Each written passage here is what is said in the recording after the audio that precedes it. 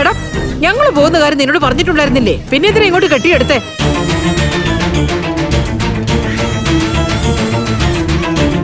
സാധാരണ ഇവിടെ ആര് വീട് പൂട്ടി പോകുമ്പോഴും താക്കോലൊരു സ്ഥലത്ത് വെക്കാറുണ്ടല്ലോ. ഇന്നത് വെച്ചിട്ടില്ലെന്ന് കൂടി അമ്മ പറയണമായിരുന്നു. എടാ, താക്കോല് കണ്ടില്ലെങ്കിൽ നിനക്ക് അമ്മയെന്ന് വിളിച്ചുകൂടായിരുന്നോ? ഞാൻ ആദ്യം വന്നത്. ഇവര് പോയ കാര്യമൊന്നും എനിക്കറിയില്ലായിരുന്നു. ഞാൻ 2 തവണ ഇവളെ ഫോണിൽ വിളിച്ചു. ഇവള് ഫോൺ എടുത്തില്ല. എന്റെ ഫോൺ ബാഗിലായിരുന്നു. പിന്നെ മോളെ കൈവച്ചിട്ട് ഞാൻ എങ്ങനെ ഫോൺ എടുക്കാനാ?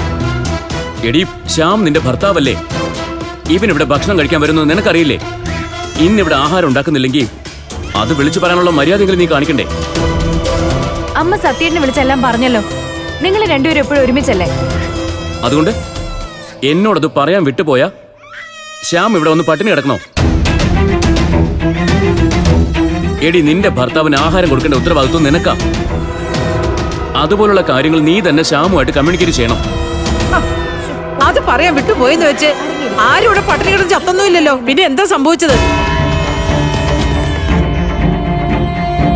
എന്താടാ? ഒരു ദിവസം ചോറ് തന്നില്ലെന്ന് വെച്ച് എന്നെ എന്റെ മോളെയും ഗേറ്റിന് പുറത്ത് നിർത്താവുന്ന ആരും കരുതണ്ട കേട്ടല്ലോ. ഇതെന്റെ വീടാ. ഇവിടെ എന്ത് നടക്കണ്ടെന്നൊക്കെ തീരുമാനിക്കുന്നത് ഞാനാ. ഓ എന്റെ അമ്മ, മതി.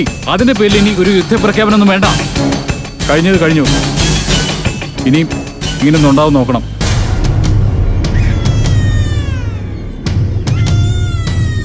എന്താ, നിങ്ങൾ ഇതിലൊന്നും കഴിച്ചില്ലേ? എനിക്കൊരു മാരേജ് ഫംഗ്ഷൻ ഉണ്ടായിരുന്നു. ശ്യാമ് പുറത്തുനിന്ന് പൊതിച്ചോറ് വാങ്ങിക്കൊണ്ടുവന്ന് കഴിച്ചു. ഒന്ന് അയാൾക്കും കൊടുത്തു. അതും ഒരു മനുഷ്യജീവി അല്ലേ ഏട്ടാ? അപ്പൊ അതാണ് കാര്യം. ഓ ദ്രോഹി രണ്ടാളെയും കൂടി പിരികേറ്റി വിട്ടിരിക്കുവല്ലേ?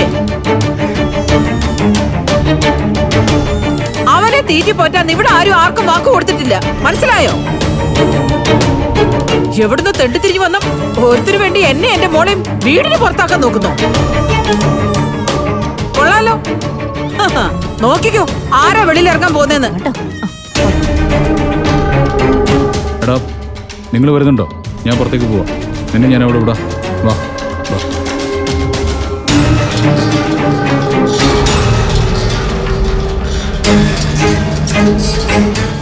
വാ.